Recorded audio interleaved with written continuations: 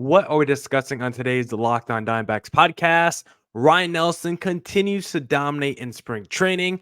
How does the battle for the number 5 starter look? And which positions could potentially hold back the D-backs this upcoming season? You are Locked On Diamondbacks, your daily Arizona Diamondbacks podcast, part of the Locked On Podcast Network, your team every day.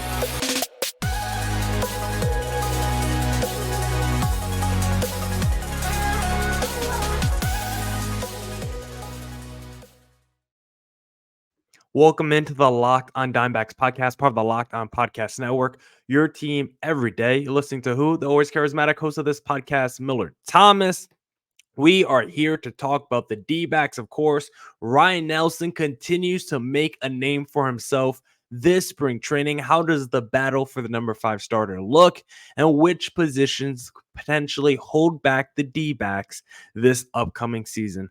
Thank you for making Locked On Diamondbacks your first listen every day. I would not be able to do this podcast without you, my loyal listeners, sharing, subscribing, reviewing, doing all that so I could do this podcast for you. Thank you. It's free and available on all platforms, so please continue to tell your friends. And one of those platforms is YouTube, so please hit subscribe on Locked On Diamondbacks on the YouTube channel because we are trying to hit 1,000 subscribers before opening day. So please hit subscribe to Locked On Diamondbacks on YouTube. Today's episode is brought to you by FanDuel. Make every moment more. New customers, join today and you'll get $150 in bonus bets if your first bet of $5 or more wins. Visit FanDuel.com/lockedon to get started. Now let's talk about Ryne Nelson's spring training start because dang, that dude has looked different so far. I know this is just preseason to the main event, but Ryne Nelson looks like a way different pitcher this spring training. We know Ryne Nelson has always been a big 2-pitch guy throughout his career, always been someone that's been super reliant on the fastball. When you look at like the amount of times he throws it, like that first season with the D-backs, it was like 70% or more of the time Ryne Nelson was throwing that fastball. And it's okay to be fastball dependent, but that means your secondary stuff has to be really good. And in the past, his secondary stuff wasn't good enough, and it only made his fastball that much more vulnerable to these opposing hitters because it was like, oh, I'm not worried about his slider or breaking pitch. I'm just going to lock in on that fastball because there's a great chance that he's going to throw it to me. And if he does, I'm locked in on it. So in the past, we've seen Ryne Nelson get hurt because of that over reliance on the fastball. But this spring training, we've seen a little bit different Ryne Nelson. He threw that slider a lot more in the first start. The second start, way more fastball heavy, but it was because he was able to set up that slider in the first start and because that slider was still effective in this start. His secondary pitches were still effective in this start against the San Francisco Giants. So it was a little bit easier for him to be fastball dependent when you know the other pitches you're going to throw in your arsenal are also going to be effective. And his fastball also just looks way better. It's a lot more livelier, has a little bit more run on it. The fastball just looks a lot more crisp coming out of his hands. It looks like he's hitting his locations a little bit better. Like Nelson today threw 29 fastballs, or I guess yesterday at the time of you guys listening to this podcast, he threw 29 fastballs on Thursday. 6 landed for call strikes, 9 got called for whiffs on 16 swings. Like the numbers were really, really good for Ryne Nelson's fastball against these Giants hitters. And the velo was also up on all his pitches. Like if you go to the StatCast for the game, like it was pretty dramatic actually. The fastball, that was up 0.4 miles per hour. Last year, 94.4 miles per hour was what his fastball averaged at. In this game, 94.8. So that was up about a half tick. And he did max out at 97.3 miles per hour in that start. So do like to see that from, of course, a fastball heavy guy. But his slider in this game, up 2.9 miles per hour. Like he was throwing it last year 85.5 miles per hour. In this game, 88.4. His changeup, it was up 2.3 miles per hour. His curveball was up 3.9 miles per hour. Like, Ryne Nelson has been putting in so much work this offseason, and you can see it in the stats. You can see it in the eye test. Ryne Nelson looked a lot better. And when thinking about that battle for the number 5 starter, I still think it's Tommy Henry's job to lose. He would have to put up a couple stinkers while Ryne Nelson continues to show this elite dominance, because Ryne Nelson, I mean, if you're going to be fastball heavy like he was today and also rack up 5 strikeouts in 3 innings, like, Ryne Nelson has been a strikeout machine so far this spring training. But that's probably one of the reasons why I kind of like him for the bullpen. I think Tommy Henry is in the lead for the number 5 job. I think it's his job to lose, and I think he should get the first crack at it, because we've seen Ryne Nelson in the past get the first crack at it, and he has not been effective. Tommy Henry was effective as a starter last season, and then Ryne Nelson, the D-backs have been talking about looking for a long reliever for that bullpen. I think Ryne Nelson would fit that mold perfectly. My ideal situation and role for Ryne Nelson this season is to be that Nick Martinez type for the D-backs. Be a spot starter when you need it due to injury or rest, and then come out the pen, throw as hard as you want, and pitch extended innings. Maybe you're going 1.2 innings pitch when you come in for an appearance, right? And throw as hard as you can. That's the most important thing. Ryne Nelson is the guy that's going to be fastball heavy. And I only need him to be a real 2-pitch pitcher if he's going to be coming out the bullpen for the majority of his career. Like, if he ends up being a career reliever, if he has a dominant mid-90s fastball and then can work a slider off of that, like, that's all you really need to be an effective reliever. I think Ryne Nelson, at his best, can be a right-handed specialist that could come in, throw gas, rack up Ks, and be a very good high-leverage reliever. I don't know if I see starter in his future, but if he wants to be like a Nick Martinez type, maybe a high-level version that could throw a little bit harder, I think that's a viable path for Ryne Nelson. I don't think there's anything wrong with that. The D-backs are able to churn out a Nick Martinez type from their minor league system, a guy that was a fringe top 10 prospect, more in that 15-ish range, in a Ryne Nelson. I think that would be a great job by the D-backs farm system and by their major league staff to churn out another pitcher from the farm system and turn them into a real major leaguer. So I would be very happy if that's the destination in the future of a Ryne Nelson. When looking at the offense, though, from this game, Ketel Marte just continues to rake. He had a run and a hit in this game. He's batting 600, 667 OBP, and an 800 slugging so far in spring training. He has continued to mash ever since the postseason has started. Big bounce back year last year, but again, I think last year was just the first year of a 2-year bounce back for Marte. Last year was the first year where it's like, okay, Marte's back to looking like an all-star again, but not back to looking like the best second baseman arguably in the sport. I think this year, Ketel Marte again put up numbers where it's like, okay, he's back in the conversation for the best player at his position, potentially. And I think Marte can definitely play his way into that conversation with the way we saw him hit the ball last year, and then the way he turned it up in the postseason, and so far the way it looked in spring training. I think there could be a monster 950, maybe like a 900 to a 950 OPS type of season. Maybe Marte's back to 25, 30 home runs. I don't know, 315 average. I think we could see a monster Marte season incoming. Jake McCarthy, he came alive today. He was able to help bring McCarthy, able to help score a run for the D-backs today. He was able to get on base. Gabriel Moreno, I believe, got him home, or someone else got him home. I don't remember exactly how it went down, but Jake McCarthy was able to get some of the run scoring going for the D-backs today. And of course, Blaze Alexander had a hit in this one because he just been raking all offseason. All spring training, had 2 line drives over 100 miles per hour. That battle for the backup shortstop, again, if you're the D-backs and you're saying you want to give Jordan Lawler a lot of opportunities if he's going to be on the major league level, that just doesn't seem viable right now because of Geraldo Perdomo. You also have been open about how Geraldo Perdomo is going to be the everyday shortstop. You can't both have Perdomo be the everyday shortstop and say you want to give Lawler a lot of opportunities early in the season if he's on the D-back. So with those two conflicting ideas, send Lawler down to Reno and use Blaze Alexander as your backup shortstop, because I do like that kid. I think he does have solid potential and can be a real major leaguer. And then some negatives real quick before we wrap up segment number one. Ivan Melendez, AJ Vukovic. I mean, they've just both struggled. I think they just have a one hit combined between them.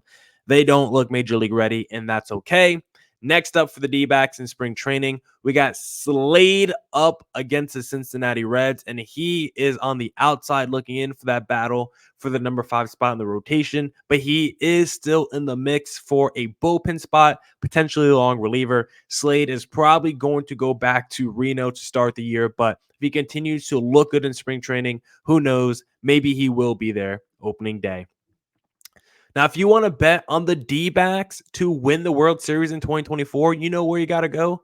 You got to go to the best sports book in the country. That's right, FanDuel, America's #1 sports book.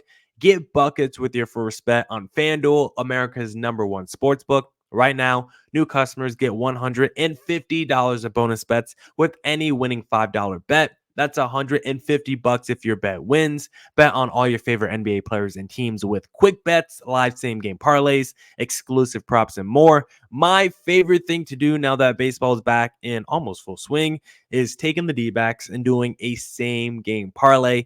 Give me the D-backs money line, of course, because I think they're going to win a bunch of games this year. Give me Corbin Carroll over on total bases because it's usually at like 1.5 for any given game. And then give me Marte over on RBIs. If that pays out at plus 300, I am good to go. If you want to go make your own bet, make your own parlay, just go visit FanDuel.com/lockedon and shoot your shot today.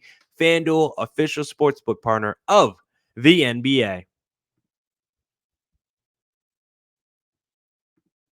All right. Let's get back into the Locked on Diamondbacks podcast. If you like the show, please follow me on Twitter at CareerThomas24 for my personal account, or look up Locked on Diamondbacks about Twitter, Instagram for the podcast handle. And again, don't forget, hit subscribe. Locked on Diamondbacks on YouTube. We're trying to hit 1,000 subscribers before opening day. So please hit subscribe. Locked on Diamondbacks on YouTube. But now let's talk about the position groups that could potentially hold the D-backs back this upcoming season, because don't get me wrong, I really like this D-backs team entering this year. I think this is one of the most well-balanced teams the D-backs have ever put out in their franchise history. I think they go 7 deep, 7.5 deep in the lineup, depending on if Perdomo and Alek Thomas take a step forward, or at least a Perdomo continuing just to do what he did last season, then you might be 7.5 deep in your lineup. Your rotation, your top 3 is looking good. Brandon Pfaadt, really strong wild card. Look at the bullpen. We finally got a closer for the first time in a while. Kevin McGinkle's a solid setup, man. Like, the D-backs from top to bottom are a very, very well-balanced roster, but that doesn't mean they still don't have weaknesses that could potentially pop up in the middle of the season and could potentially bust in the season. Positions that we're like, okay, we feel good about right now, but we do know that there's bust potential where it doesn't work out in the D-backs' favor. So we're actually going to look and power rank the positions on the D-backs that we might be most scared of holding the D-backs back this upcoming season. So let's get right into it. The position that scares me the most, that could give the D-backs the most trouble this upcoming season, I think, is the bullpen outside of Paul Sewald and Kevin Ginkel.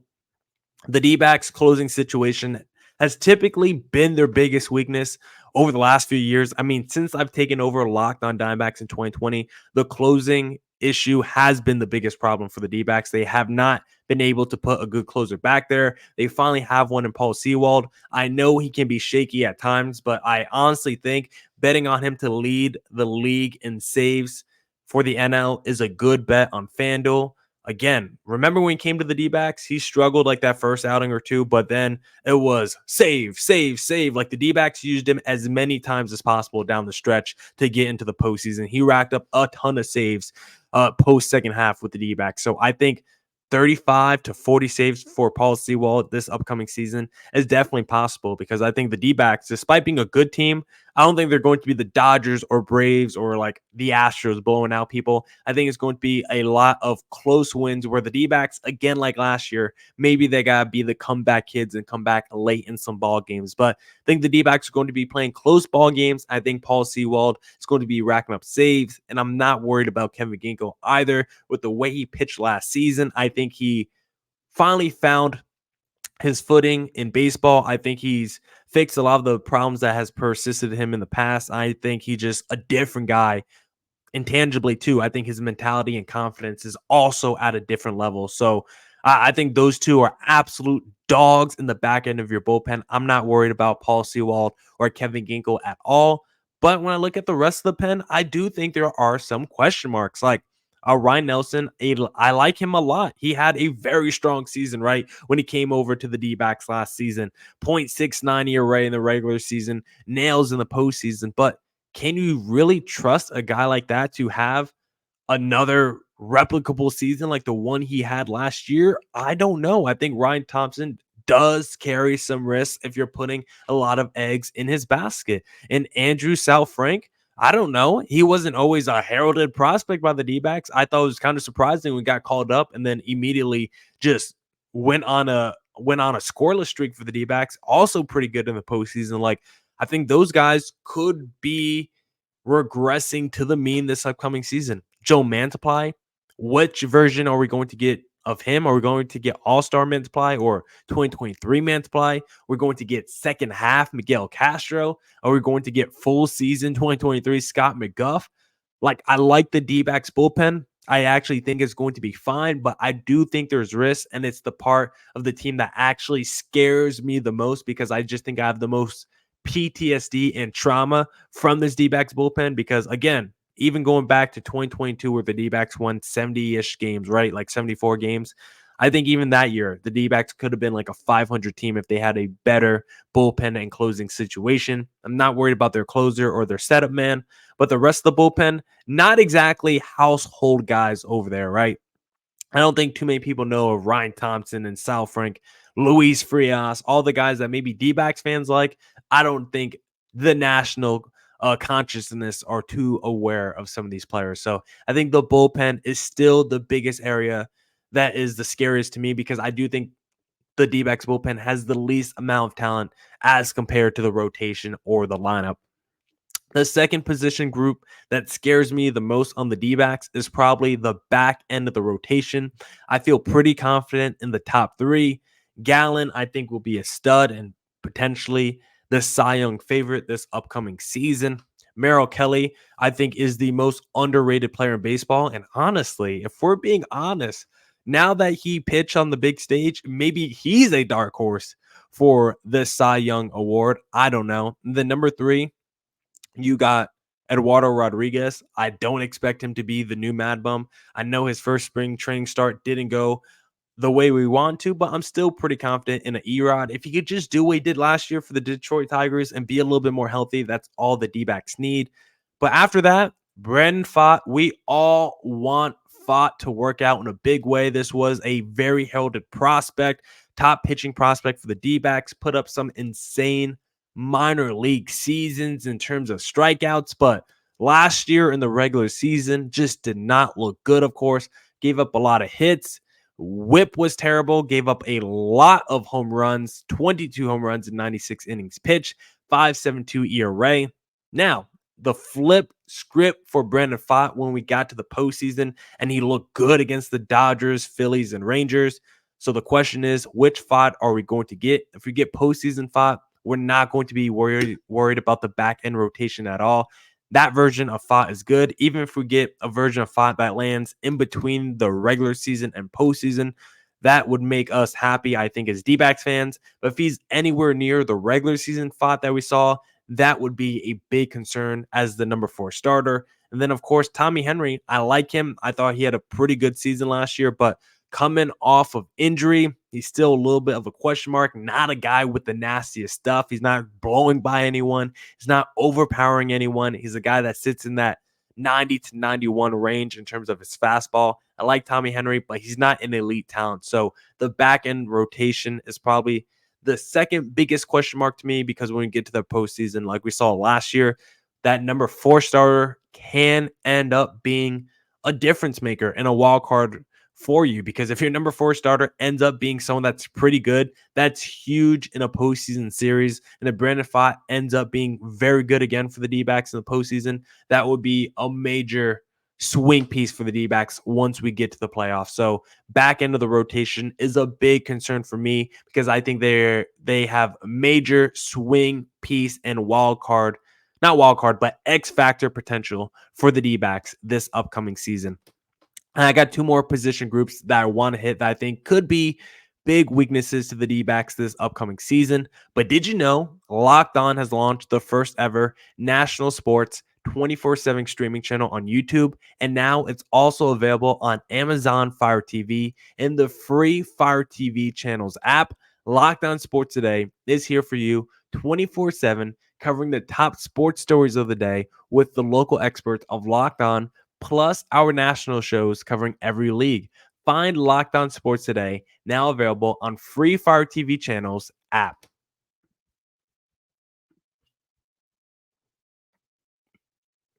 All right. Let's get back into the Locked On Diamondbacks podcast. Let's wrap it up by discussing our last 2 position groups that I'm a little bit scared could hold the D-backs back this season. And again, I am doing it in order. So number 1 for me was the bullpen outside of Sewald and Ginkel. Number 2 was the back end of the rotation, more Pfaadt, Tommy Henry. And then number 3 for me is going to be third base, Eugenio Suarez. Suarez coming in could be a big upgrade to what the D-backs had last year, because, of course, last year, Evan Longoria was just not that guy. I thought he was actually fine in like the first half of the season, the first couple months. But again, injuries. He's an old man. Injuries just took him out, slowed him down. Did provide 11 home runs in 74 games. Like, that was fine, but not the Evan Longoria that we really wanted. And again, he was 37 years old, couldn't move as well at third base, not as fluid as an athlete. So we got a little bit of a statue over there. And once we got to the postseason, I mean, Longo, I thought he really hurt the D-backs from an offensive standpoint in the postseason, because he just gave you nothing as an offensive piece. Once we got to the postseason, he struggled mightily, and that's where Eugenio Suarez can come in and help out the D-backs. Kind of a salary dump from the Seattle Mariners, so that's where the risk comes in, because if he is a good player, why would the Mariners just salary dump him unless they don't want to pay him? But again, he's like the 14th biggest salary at his position in Major League Baseball, so it's not like he's breaking the bank. But when you think of the kind of profile and archetype that a Suarez is, it's easy to understand why he's a major risk and why there is big potential to him hurting the D-backs this upcoming season. Because 1, he's already coming off a down season, led the league in strikeouts, 232 batting average, 714 OPS. His home runs were the lowest since, the lowest since 2016, actually. I'm actually getting more concerned as I'm talking this out loud. And so you're like, the home runs are going in the wrong direction. The strikeouts are going in the wrong direction. The average, the OPS is going in the wrong direction.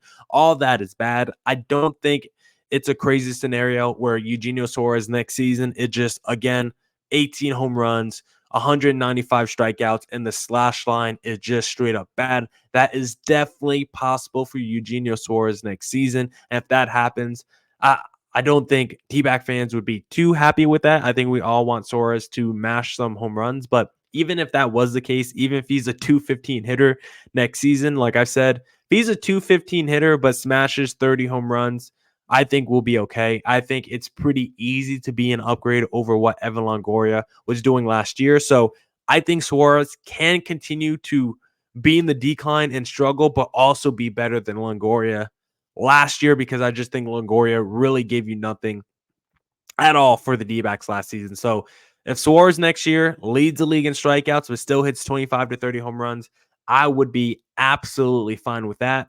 And that's why he's number 3 for me on my biggest concerns, because I still think it's pretty easy to clear the bar of what Evan Longoria gave to the D-backs last season. And then the last thing that gives me the biggest pause for concern is kind of a cheat, because I put 2 positions tied here because it's basically between 2 players. I gave shortstop and center field the number 4 position because Geraldo Perdomo is someone that's coming off an all-star season, but can he replicate what he did last year? Because the slash line isn't crazy for Perdomo. 246, average 712 OPS. But that's one of the reasons why I'm concerned, because if that was the all-star version of Perdomo, can he regress? Can he get worse next year? And really where Perdomo helped the D-backs was runners in scoring position. He put up insane numbers with runners in scoring position, which is not exactly an easy replicable stat. He was also great in the walk rate area. I think the walk rate more replicable. I think he's got good plate discipline. I'm not worried about him striking out or drawing walks, but I am just worried about him making, overall consistent contact, getting base hits, getting, extra base hits, stuff like that. So for Perdomo, if he can just come through in the clutch once again, that would make me very happy as a D-backs fan. But if he can improve offensively, major X factor for the D-backs this upcoming season. And the same with Alek Thomas. We know what he's going to do defensively for the D-backs this upcoming season. That will not be a shock to anyone. He will be making highlight plays in center field, running 80 feet, tracking down on a ball, sprinting, diving, jumping, leaping, doing everything in center field. Again, the biggest issue with Alek Thomas is that bat. What does that bat do, though? Offensively, he did not do much in the regular season. Heated up in the postseason a little bit, had some monster hits off the bench, but we just need more from Alek Thomas offensively. He has to take a step forward. If he continues to do this, it's just not enough, and I don't know if he can be an everyday player if he's putting up a 230 average and a 647 OPS. Again, major wild card, because if Alek Thomas finally does realize himself as an offensive player and has a 270 average, 780 OPS, and maybe gets to 12 home runs and 22 stolen bases, that all of a sudden is a real player for the Arizona Diamondbacks. So that's why Geraldo Perdomo and Alek Thomas are tied at number 4 for me on the positions that could potentially hold back the D-backs this upcoming season. Once again, my ranking: bullpen, number 1, outside of Sewald and Ginkel, of course. Number 2, back end of the rotation, Fott and Tommy Henry. Number 3, third base with Eugenio Suarez. And then number 4, tied with Jerry Perdomo and Alek Thomas. Now that's it for this edition and this week's podcast of Locked on Diamondbacks. Come back next week for more Diamondbacks news, coverage, and insight. We'll talk stock up, stock down on the latest spring training battles. And as always, stay safe, stay healthy. Deuces.